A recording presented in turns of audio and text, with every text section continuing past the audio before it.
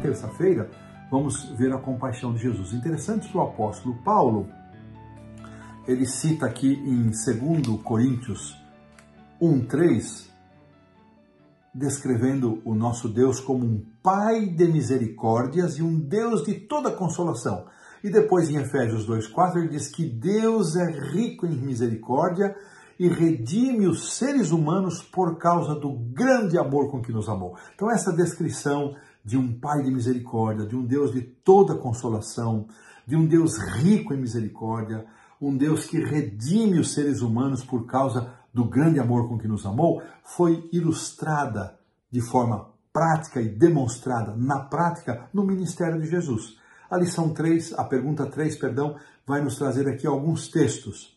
E nesses textos nós vamos encontrar sempre a palavra compaixão. Vamos mencionar alguns aqui. Mateus 9:36, uma descrição do ministério de Jesus, diz que vendo ele as multidões, compadeceu-se delas.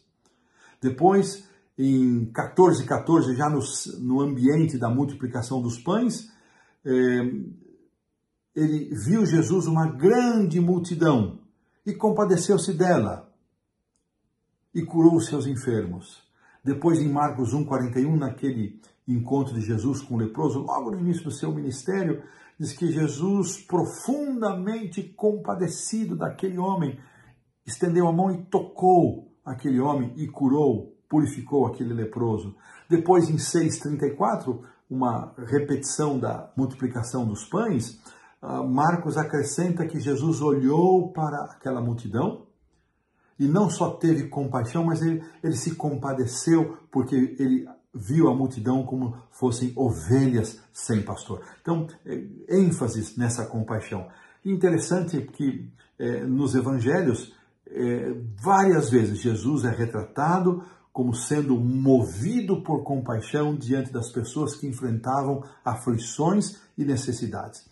Ele não apenas sentia compaixão, mas ele também atendia às necessidades. Nós somos, às vezes, muito prontos em expressar sensibilidade, compaixão e, às vezes, dó, mas nem sempre somos tão prontos, imediatos a diminuir, a solucionar a situação em que a pessoa se encontra, a necessidade, a angústia pelo qual a pessoa passa.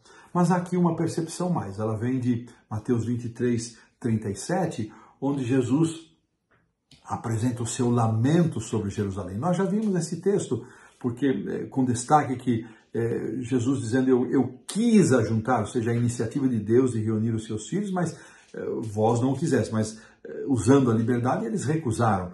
Esse lamento, muito interessante aqui, aqui o autor nos apresenta, esse lamento de Jesus está intimamente relacionado àquilo que é descrito, ou a descrição que se faz de Deus no Antigo Testamento, um Deus que toma iniciativa, que busca, e o povo age com rebeldia, age com negação.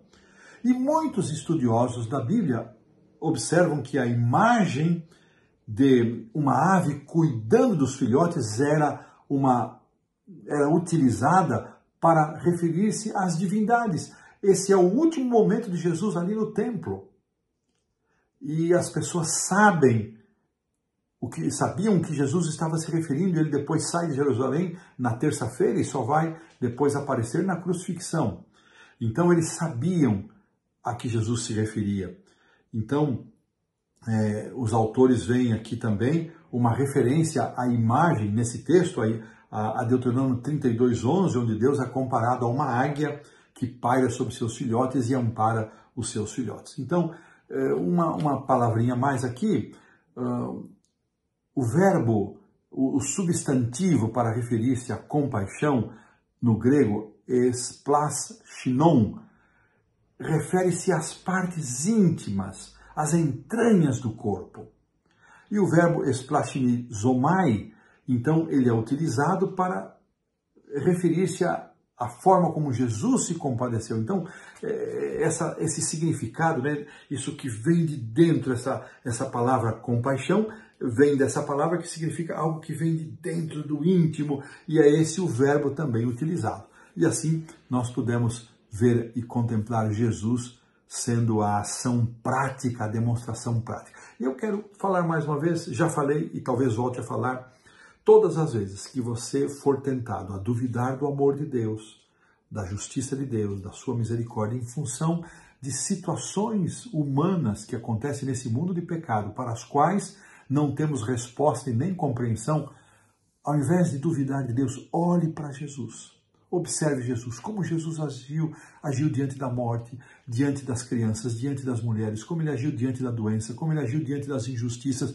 Aí o seu coração ficará acalmado, mesmo que não tenhamos as respostas para todas as situações, mas quando visualizamos Jesus em ação, muito do caráter de Deus é revelado. E dessa maneira colocamos aqui um ponto final na lição da terça-feira.